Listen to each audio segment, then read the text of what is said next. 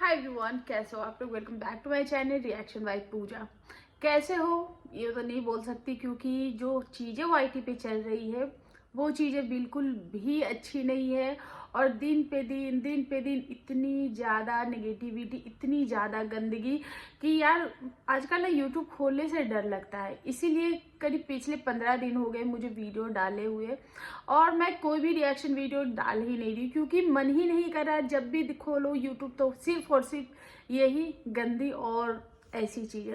लेकिन हाँ, मेरे जो व्यूअर्स हैं, मेरे जो चाहने वाले हैं, मेरे सब्सक्राइबर्स, वो लोग मुझसे पूछ रहे हैं कि मैं वीडियोस क्यों नहीं डाल रही हूँ। क्या मुझे भी किसी की धमकी आई है या फिर किसी ने मुझे कोई नोटिस भेजा है, आखिर मैं क्यों नहीं वीडियोस बना रही हूँ। तो जी हाँ, मुझे किसी भी तरीके से कोई भी नोटिस या कोई भी धमकी मुझे नहीं मिली है, क्योंकि मुझे अपने जो लिमिट से, अपने जो दायरे हैं, वो बहुत ही अच्छी तरीके से पता है कि मुझे किस हद तक जाना है और अपने लफ्ज़ों को किस तरीके से यूज़ करना। हाँ, कभी कभी हीट ऑफ द मोमेंट होता है, कभी कभी ऐसी चीज़ें होती हैं जो कि हम देखते हैं सोशल मीडिया पे, तो बहुत ही गंदी तरीके से हम भी फटते हैं। लेकिन मुझे किसी भी तरीके से कोई भी नोटिस वगैरह कुछ नहीं मिला था। मेरा यूट्यूब से अभी जो है वो ब्रेक लेने का सबसे बड़ा रीज़न एक तो ये है कि ये चीज़ें बहुत ही ज़्यादा गंदी हो रखी है, और इतनी गंदगी शायद मैं नहीं झेल पाऊँगी। इतनी जो दिमाग के साथ, लोगों के साथ खेला जा रहा है, इतना माइंड गेम, इतना ब्लेम गेम, इतनी गंदगी, इतना कीचड़ में जो लोगों को डाला जा रहा है, और मुझे लगता है कि शायद मैं उस लेवल तक नहीं जा पाऊँगी। तो इसलिए भी मैंने उस चीज़ से पीछे हट गई, क्योंकि और एक बहुत बड़ा रीज़न था जो कि आप लोगों के साथ मैंने एक दो शॉर्ट्स वीडियो शेयर किए हुए हैं। जी हाँ, तो मेरे घर में बहुत सारी खुशियाँ आती है, और शायद मैं पूरे एक साल इन दिनों का वेट करती हूँ। एक्चुअली मेरे थोड़ा सा यूनिक चीज़ होता है कि मेरी बेटी का बर्थडे होता है 26 नवंबर को, उसके बाद 30 नवंबर को मेरा बेटा का बर्थडे होता है, 2 दिसंबर को मेरी मैरिज एनिवर्सरी होती है, और 4 दिसंबर को होता है मेरा खुद का बर्थडे। तो मेरी पूरी फैमिली जो है वो पूरे हफ्ते का, पूरे साल वेट करती है, और हम लोग बहुत ही अच्छे से चीज़ों को सेलिब्रेट भी करते हैं। जितना हमारा जो है वो बजट है, जितना हम अफोर्ड कर सकते हैं उस हिसाब से करते हैं। लेकिन इस बार मेरा थोड़ा सा इसलिए स्पेशल और भी ज़्यादा हो गया था कि इस बार मेरा 15th मैरिज एनिवर्सरी था, और जब मेरी शादी हुई थी तो मेरी जो ना ही ससुराल साइड की जो फैमिली है और ना ही मायके साइड की फैमिली, दोनों ही फाइनेंशियल बहुत ही ज़्यादा ये थे। तो उसके बाद वो जो एक होता है ना कि बेटी ब्याह दिए, निपटा दिए, तो वैसी वाली ही शादी हुई थी, जिसके कारण मेरी शादी की ना तो कोई फोटोज़ थी, वीडियोज़ थी, कुछ भी नहीं थी। क्योंकि वीडियो जो थी भी वो भी सीडी, पहले सीडी वाली जो कैसेट आती थी उसमें रखी रखी जो सीडी की कैसेट है वो ख़राब हो गई थी। तो मेरे पास मेरी शादी की कोई भी निशानी नहीं थी। बहुत सारी शादी की जो रस्में थे वो नहीं हो पाई थी, क्योंकि शादी जो है वो हमारी मंदिर में हुई थी। शादी का सबसे बड़ा जो एक रस्म होता है फेरे, हमारी शादी में फेरे नहीं हुए थे, क्योंकि मंदिर में उस दिन बहुत ज़्यादा भीड़ था, और बहुत ही फटाफट से हमारी शादी निपटा दी गई थी। तो ना ही हमारी शादी में फेरे हुए थे, ना ही वो जो 7 वचन लिया जाता है पंडित जी ने लिवाया या नहीं लिवाया पता नहीं था, तो वो चीज़ें भी नहीं हुई। फिर हमारा जयमाला भी नहीं हुआ था। तो बहुत सारी ऐसी रस्में थी जो कि अधूरी रह गई थी। तो इस बार हमने वो सारी चीज़ें जो है वो की, और अपने लाइफ को अच्छे से एंजॉय किया, और जो मेमोरीज हमारी लाइफ में मिसिंग थी उसको हमने फिर से रिक्रिएट किया, और हम लोगों ने फिर से शादी की। वो सारे लोग आए थे जो कि हमारी शादी में नहीं आ पाए थे, तो वो सारे लोग आए थे। तो इस वजह से जो बहुत सारी जो चीज़ें हैं, मैं 2-4 फोटोज़ जो भी होंगे वो मैं ऐड कर दूंगी, तो आप लोग देख लेना। अगर आप लोग बोलोगे तो मैं प्रॉपर वीडियोस टाइप का भी बना के दे दूंगी। मैं इसलिए कोई भी ब्लॉग शूट नहीं कर पाई, एक तो टाइम नहीं था, सारी चीज़ अकेले हैंडल करनी पड़ती है, और दूसरी चीज़ ये है कि मैं और जब भी मैं ब्लॉग वगैरह बना रही थी, 1-2 बार मैंने ब्लॉग डाला था तो मेरा कॉपीराइट आ गया था। तो मैं फ़िलहाल इस चीज़ का भी मैं रिस्क नहीं लेना चाहती थी, और टाइम भी नहीं था। लेकिन हाँ, अगर आप लोग कहोगे तो मैं वीडियोस बना दूंगी, क्योंकि ऑलरेडी वीडियोस मेरे पास हैं। तो यही सारी चीज़ें थी, यही सारा रीज़न था कि मैं वीडियोस नहीं बना पा रही थी। लेकिन 5-6 दिन से मैं सारे लोग चले गए, लाइफ नॉर्मल हो गई। और मैं यूट्यूब पे देख रही हूँ चीज़ें, पर यूट्यूब पे इतनी गंद मच पड़ी है, चाहे वो सपना की लाइफ को लेकर कर लो, चाहे वो इधर इन लोगों ने गदर मचाया हुआ, मतलब कि हर तरफ सिर्फ और सिर्फ नेगेटिविटी। और किसी का ब्लॉग, किसी की लाइफ अपडेट, किसी के इंफॉर्मेशन वाली जो वीडियो हम यूट्यूब पे देखते थे, वो सारी चीज़ें जो थी वो है ही नहीं यूट्यूब पे। सिर्फ और सिर्फ 2-4 कंट्रोवर्सी करने वाले क्रिएटर है, जो कि आए दिन कंट्रोवर्सी किए जा रहे हैं। अपना लेवल जो है वो, अपना जो स्तर है वो, उसको दिन पर दिन और भी गिराए जा रहे हैं। कभी कोई जूस वाला आ जा रहा है, तो कभी कोई आ जा रहा है, कभी कुछ आ जा रहा है, कभी उसको पकड़ के बदनाम कर दो, कभी उस पर एक निशाना फेंक दो, अचूक निशाना, और सामने वाला हड़बड़ा के कि कहीं वो निशाना मेरे पे ना आके लग जाए, वो खुद ही उसका शिकार बन जाता है। तो ऐसी चीज़ें यूट्यूब पे चल रही है। कभी कोई उधर रो रहा है, कभी कोई उधर रो रहा है, कभी कोई इधर रो के सिंपैथी गेन कर रहा है।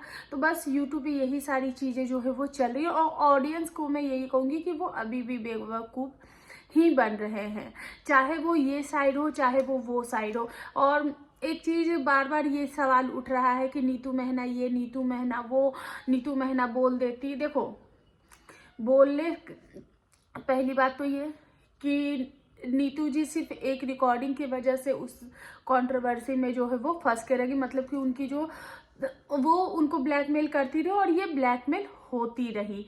पर मुझे लगता है कि अगर आपको ऐसी वाइब कहीं पे आ जाती है, आपको अगर ऐसी चीज़ें लगती है, तो आपको नहीं लगता कि आपको इस तरीके से जो है वो ब्लैकमेल होते रहना चाहिए। आपको बहुत ही आहिस्ते से अपना एक जो कोना है वो पकड़ लेना चाहिए। उस तरीके की इन्वॉल्वमेंट आपको नहीं दिखानी चाहिए, उनके हर एक चीज़ का भागीदार नहीं बनना चाहिए था। और बात रही कि मनीषा को बताने की या ये वो फला ढिमक्का जो भी चीज़ें आई है सोशल मीडिया पे, वो सारी चीज़ें की, तो मनीषा ने अब क्या उखाड़ लिया है? अब मनीषा के सामने सारी चीज़ें, अब भी मनीषा ने कुछ नहीं किया, और वो पहले भी शायद कुछ नहीं कर पाती क्योंकि वो चीज़ें हो रखी थी। तो वो सारे अब एक्सक्यूजेस हैं। और ये लोग जो बिचौलिया है, ये है वो है, बहुत सारी चीज़ें, मतलब इन लोगों ने इतना कुछ गदर मचाया हुआ है, इतना गंद मचाया हुआ है सोशल मीडिया पे कि आप किस किस की सफाइयाँ दोगे। मैं अगर कुल मिलाकर बोलूँ तो यहाँ हर कोई गलत है, चाहे इतना हो, इतना हो, इतना हो, और या फिर पूरा बवंडर ही हो, लेकिन हर कोई यहाँ पे गलत है। दूध का दूल्हा यहाँ पे कोई भी नहीं है, हर कोई अपना फायदा देख रहा था। नीतू महना भी अगर उनके साथ, क्योंकि वो देखो कोई बच्ची नहीं है 16 साल की या 20 साल की नहीं है कि उनको पता ना हो, उनको भी हर एक चीज़ इंसान देखता और समझता है, लेकिन वो भी अपने फायदे के लिए वहाँ पे थी क्योंकि उनको वहाँ पे फ़ायदा दिख रहा था। लेकिन अगर वो ये चीज़ें देख लेती तो शायद इनके लिए थोड़ा सा अच्छा हो जाता। अगर वो मनीषा को टाइम रहते, अगर चुपके से भी वो अगर मनीषा को सपोर्ट करती, तो शायद मनीषा के लिए थोड़ा अच्छा हो जाता। लेकिन अभी आप किसी की लाइफ पूरी 360 डिग्री रोटेट कर दो और जाकर उसको सिर्फ और सिर्फ एक सॉरी चिपका दो, तो वो आपकी सॉरी क्यों एक्सेप्ट करेगा? रही बात जो भैया जी हैं, उनकी तो मैं कोई बात ही नहीं करना चाहूँगी, क्योंकि उनका लेवल जो है वो गंध से भी ज़्यादा गंध है। क्योंकि जो ऐसे इंसान होते हैं ना, उनको आप जितना गंध करोगे, वो जितना गंदगी करेंगे, वो फ्रस्ट्रेशन में और भी ज़्यादा अपने अंदर से गंदगी जो है वो निकालते रहेंगे। वो जैसे है नहीं, वो खुद को वैसे प्रेजेंट करते रहेंगे। तो वैसे इंसान के लिए मैं यही कहना चाहूँगी कि उस इंसान को इग्नोर करो, टोटली इग्नोर करो। उस इंसान को वो वैल्यू ही नहीं दो, चाहे जो भी है, जितने भी व्यूअर्स एंड सब्सक्राइबर हो, प्लीज़ जो भी ये सारी वीडियोस बनाता है उनके चैनल पे जाके रिपोर्ट मारो। सिर्फ आप यही कर सकते हो। देखो ये लोग कैसे लाइन पे आते, हद मचा रखी है यार, हद गंदगी मचा रखी है। उसको पकड़ के ला रहे, उसको पकड़ के ला रहे, आए दिन पिटारे से कुछ ना कुछ निकलता रहता है, आए दिन गंदगी ही निकलती रहती है। उसके बाद कल फिर से दीदी जी आती हैं, फिर से रोने धोने का एक वीडियो आता है, तो बहुत सारे बार बार ये रोती हैं, फिर इनका सिंपैथी कार्ड चलता है, फिर लोग इमोशनल बन जाते हैं। और दीदी जी बार बार आती हैं और एक सवाल छोड़ के जाती हैं, मैंने किया क्या है, मैंने ऐसा कौन सा पाप कर दिया? तो दीदी जी आपको पता ही नहीं है कि आपने कौन सा पाप किया है। पूरी दुनिया को पता है। तो दीदी जी पूरी दुनिया को पता है कि आपने क्या किया, और आपको ही नहीं पता है कि आपने क्या किया है। आपने रिश्तों का मजाक उड़ाया है, आपने इतना कुछ कर दिया है, आपने इतने लोगों के साथ इतना कुछ किया और आपको पता ही नहीं कि आपने क्या किया है। और आज आप फ्रस्ट्रेट हो के ये बोली, देखो फ्रस्ट्रेशन आएगा जब आपको सुनने को के लिए ये सारी चीजें मिलेगी। किसको अपने बारे में सुनकर अच्छा लगेगा, किसी को भी सुनना अच्छा नहीं लगेगा। अगर जिस लेवल पे ये चीजें गई है, क्योंकि आपके कर्मकांड इतने बड़े थे कि आपका जो लेवल है, वो जो चीजें आई हैं आपके सामने, जिस तरीके का आपका हेट मिला, जितने बड़े आपके कांड थे, जितने आपने कब्र खोदी हुई थी, तो उसी लेवल का आपको जो है वो हेट भी मिल रहा है, उसी लेवल का आपको ट्रोलिंग भी मिल रहा है। तो डेफिनेटली किसी को भी इतना बड़ा जब अचानक से चीजें ऐसी मिलने लगती है, तो किसी का भी जो है वो ब्रेक डाउन होगा, कोई भी फ्रस्ट्रेट होगा, किसी का भी सब्र का बांध जो है वो टूटेगा और वो इंसान रोएगा। तो वो होता है। लेकिन दीदी जी कभी भी अपनी गलती नहीं मानती। अगर आपको इन चीज़ों को ख़त्म करना है तो एक बार हाथ जोड़ो, माफ़ी मांगो कि ठीक है, हो गई हमसे गलती, प्लीज़ अब मुझे इस चीज़ के लिए माफ़ कर दो। आपको जिससे माफ़ी मांगनी चाहिए, मनीषा से एक बार माफ़ी मांग लो, कहानी को ख़त्म करो, सबसे सॉरी बोलो और बोलो कि इस टॉपिक पे मुझे नहीं जाना। लेकिन कल दीदी जी एक कार्ड खेल के गई, 6 साल की बेटी, 6 साल की बेटी, आपको तब याद नहीं आई थी 6 साल की बेटी के बारे में? तब भी आपको याद आना चाहिए था ना 6 साल की बेटी। तो आप ये जो सिंपैथी कार्ड खेल देती हैं, और कुछ रिएक्शन चैनल, कुछ लोग जो है वो आपसे इमोशनली इस चीज़ के लिए कनेक्टेड हो जाते हैं। तो ये सारी चीज़ें प्लीज़ बंद करो। मैं सबसे यही रिक्वेस्ट कर रही हूँ, मैं डे 1 से इस चीज़ के लिए रिक्वेस्ट कर रही हूँ कि प्लीज़ ये सारी चीज़ें यूट्यूब पे नहीं रहनी चाहिए, हमारे फ्यूचर के लिए, हमारे बच्चों के लिए। और हम क्या कर रहे हैं यार सोशल मीडिया पे? मैं एक समय ऐसा था जब मैं सोशल मीडिया पे आने के लिए न अपने पति से लड़ती थी। मेरे घर के 4 फ़ोन टूटे हैं यूट्यूब के वीडियोस बनाने के लिए, मैं आज सच बता रही हूँ। और आज पता है मेरा खुद का मन नहीं करता है कि मैं वीडियोस बनाऊँ। मैं देखती हूँ सब कुछ हूँ, ऐसा नहीं कि मैं नहीं देखती हूँ, मैं किचन में जब काम करती हूँ मैं सब कुछ देखती हूँ, लेकिन मेरा मन नहीं होता है कि मैं वीडियोस बनाऊँ। लेकिन आज मुझे था कि नहीं यार, बोलना है कुछ, क्योंकि और बहुत सारे लोग भी मुझसे ये चीज़ें पूछ रहे थे कि आप वीडियोस क्यों नहीं बना रहे, क्या आपको धमकी मिली है या क्या? तो इस वजह से तो मुझे ऐसा कोई धमकी वमकी नहीं मिला है, मुझे कुछ भी नहीं मिला। बस यही सारी रीज़न है कि मैं इन चीज़ों से साइड होगी, क्योंकि चीज़ें इतनी गंदे लेवल पे चली गई कि मैं उस गंदे लेवल पे जा ही नहीं पाऊँगी। तो बस यही सारी चीज़ें थी। और अभी भी जो वीडियोस हैं वो रेगुलर शायद नहीं हो पाएंगे, कुछ टाइम के बाद ही शायद मैं रेगुलर हो पाऊंगी। अभी भी कहीं कहीं कुछ प्लान्स हैं हमारे, तो मैं उन्हीं चीज़ों में हूँ। क्योंकि ये जो बाकी सारी चीज़ें आप करके आते हो, और सोशल मीडिया